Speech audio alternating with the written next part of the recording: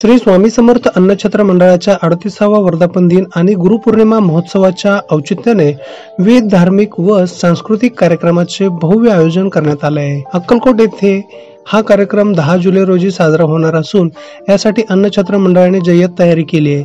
या विशेष कार्यक्रमासाठी देशभरातून 1.5 ते 2 लाखाहून अधिक भाविक अक्कलकोटमध्ये दाखल होण्याची शक्यता वर्तवली जाते.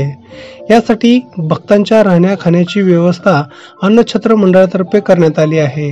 कार्यक्रमाचे मार्गदर्शन न्यासाचे संस्थापक अध्यक्ष जन्मेजय राजे भोसले व कार्यकारी अध्यक्ष अमोलराजे भोसले करत असून धार्मिक कार्यक्रमात महापूजा, कीर्तन, प्रवचन, भजन आणि अन्नदान याचा समावेश आहे. दरम्यान या संदर्भात बोलताना आयोजकांकडून आम्ही सोलापूरकर न्यूज चॅनलला अधिक माहिती दिली आहे. न्यासाचे सचिव श्याम मोरे आणि उपाध्यक्ष अभय खोबरे यांनी दिलेल्या माहितीनुसार सर्व यंत्रणा कार्यान्वित असून भक्तांना कोणतीही अडचण होऊ नये यासाठी स्वयंसेवकाची टीम सतर्क आहे. गुरुपौर्णिमेचे औचित्य साधत अन्नछत्र मंडळ अक्कलकोटमध्ये अध्यात्म, सेवा आणि भक्तीचा संगम अनुभवण्याची सुवर्ण संधी भाविकांना मिळणार आहे. श्री स्वामी समर्थ. स्वामी समर्थ अन्नछत्र मंडळाच्या 38व्या वर्धापन निमित्त सर्व स्वामी भक्तांना हार्दिक शुभेच्छा.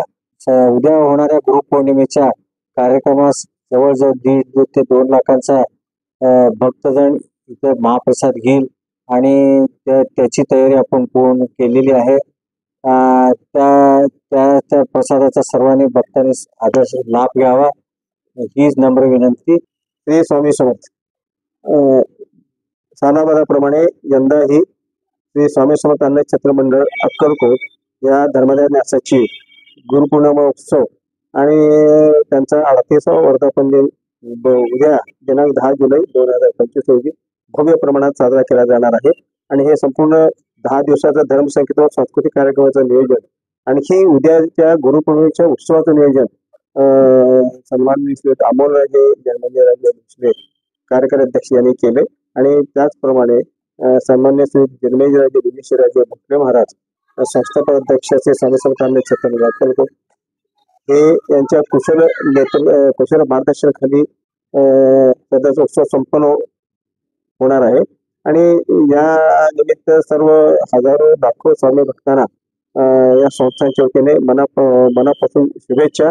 आणि उद्याच्या कार्यक्रमाच्या नियोजनाबद्दल बोलायचं झालं तर उद्या कमीत कमी 1.5 ते 2 लाख भाविक महाप्रसाद घेणार आहेत आणि तशी जय्यत तयारी या संस्थांनी केलेली आहे.